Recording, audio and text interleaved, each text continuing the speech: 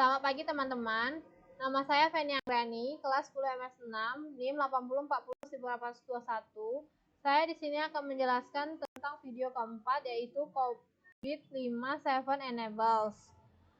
Enables adalah suatu entitas atau komponen yang dianggap penting dalam mempercepat implementasi konsep IT governance karena sifatnya yang paling penting atau utama tersebut. Makanya enables diambil dari komponen-komponen yang ada di dalam organisasi atau perusahaan tersebut. COVID-5 dilihat paling tidak ada 7 komponen yang paling penting yang harus diperhatikan dalam perusahaan untuk menerapkan konsep IT governance.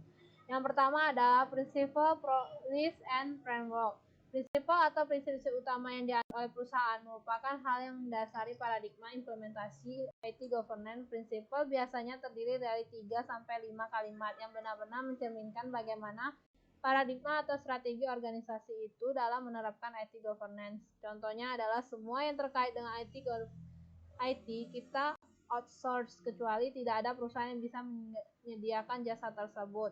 Prinsip lainnya adalah pokoknya semua yang terkait dengan aplikasi harus pakai open source kecuali tidak tersedia open source, atau ada juga memberikan prinsip adalah sedapat mungkin semua di-share atau berbagi pakai. Prinsip inilah yang akan menjadi pegangan seandainya nanti dalam implementasinya banyak terjadi pilihan-pilihan atau kejadian peristiwa yang membuat seseorang mengambil keputusan dan prinsipnya ini kemudian diimplementasikan dalam bentuk kebijakan atau biasa dianggap sebagai suatu aturan yang harus dipenuhi dalam perusahaan. Agar kebijakan tersebut bisa diimplementasikan, maka harus dibuat mekanismenya. Yang kedua adalah proses. Seperti yang kita ketahui bersama, organisasi apapun, perusahaan apapun, pasti memiliki bisnis proses. Inilah yang membuat perusahaan tersebut mampu memproduksi produk atau memberikan layanan yang diinginkan, termasuk organisasi non-profit yang memiliki misi tertentu, dan proses ini akan mempercepat penerapan IT governance. Selanjutnya adalah organization struktur. Kita tahu persis bahwa proses yang berjalan pasti dijalankan atau diterapkan oleh manusia yang distruktur dengan sedemikian rupa sehingga jelas tugas dan tanggung jawabnya, wewenang dan juga terkait dengan SOP-nya.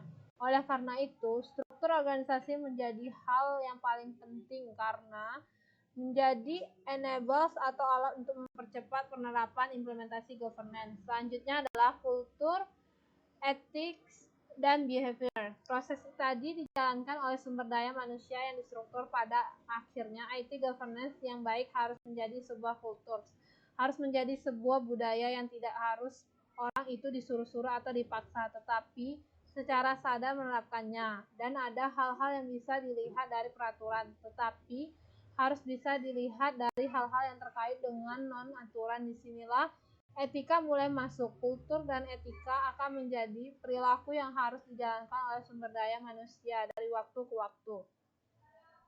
Selanjutnya adalah informasi.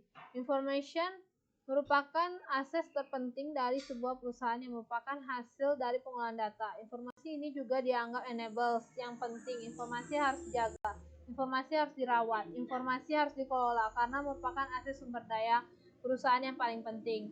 Selanjutnya adalah service, infrastruktur, and application. Domain ini berada dalam domain hardware dan software, termasuk infrastruktur, artinya bahwa semua proses tadi, struktur organisasi, informasi, dan lain sebagainya akan dijalankan oleh aplikasi, hardware, infrastruktur yang harus dikelola dengan sebaik-baiknya. Selanjutnya adalah people, skill, and competence. Orang yang akan menentukan berhasil atau tidaknya sebuah implementasi tata kelola yang dijalankan dalam konteks perusahaan. Oleh karena itu, sumber daya manusia yang kompeten, keahlian sesuai dengan tugas dan bidangnya masing-masing di organisasi tersebut akan menjadi kunci penerapan IT governance yang baik.